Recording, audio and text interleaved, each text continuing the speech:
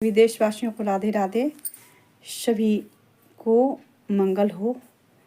आज हम शिव पुराण की कथा सुनाएंगे कि यज्ञ का कितना बड़ा महत्व है। यज्ञ आदमी करता उसका कितना बड़ा उसको और पास का वातावरण अच्छा हो जाता है। जहाँ पे यज्ञ होती है या भोलेनाथ का जो घंटा बजता है, भोलेनाथ का जहाँ तक घंटे की गूंज होती है वहाँ इसकी आवाज़ जाती है, वहाँ तक सारा पवित्र हो जाता है। जहाँ तक आवाज़ जाती है, घंटे की धुन जाती है, वहाँ तक पूरा पवित्र हो जाता है क्षेत्र पूरा। और जहाँ यज्ञ होती है वहाँ पे भी जो भी आदमी इंसान आते हैं वो तो पवित्र हो ही जाते हैं और फिर सारा क्षेत्र वहाँ का पवित्र हो जाता है। कहते हैं वहाँ पे कि जीवन में सकारात्मक ऊर्जा सबके जीवन में आ जाती है, अंधकार मिट जाता है जहाँ यज्ञ होती है।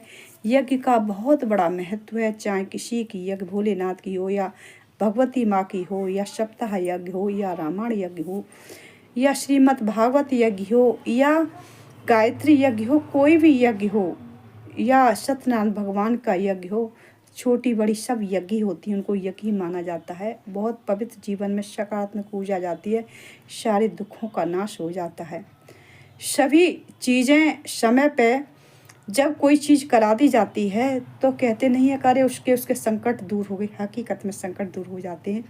तो हर इंसान को अपने घर में धूप बत्ती जलाता तो है ही है, अपने भगवान कभी कभी साल में 1-2 बार सत्यनारायण भगवान की कथा भी सुनना चाहिए। इससे सकारात्मक ऊर्जा घर में बनी रह सके। ये कहते नहीं है थोड़े से, अगर हमारे पास ज़्यादा नहीं है कोई चीज़, जैसे हमारे पास धन ज़्यादा नहीं है कि हम भागवत रामायण करा लें या कुछ भी करा लें, तो विष्णु भगवान ने ये खुद कहा है मृत्यु लोक में सत्यनारायण भगवान की कथा करवा देगा तो उसी से मैं उसका उद्धार कर दूंगा। सत्यनारायण भगवान का छोटा रूप, छोटा हवन, कम पैसों में, और सब कोई करा सकता है इसको। तो ये सब चीज़ें सकारात्मक पूजा पाने के लिए, दुख संकट दूर करने के लिए सत्यनारायण भगवान की कथा भी सुनना चाहिए। साल में ज़्यादा नहीं तो 1 बार सुनना चाहिए। उससे ऊर्जा अपने घर में बनी रहती है और नेगेटिव चीज़ चली जाती है, सारे इच्छाएं सफल होती हैं, सत्यनारायण भगवान की अहित्य कृपा होती है।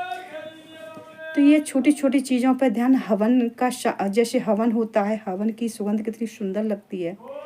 हर इंसान हवन करा भी नहीं पाता, जो यही तो कृपा प्रभु करते हैं वही हवन करा पाता है।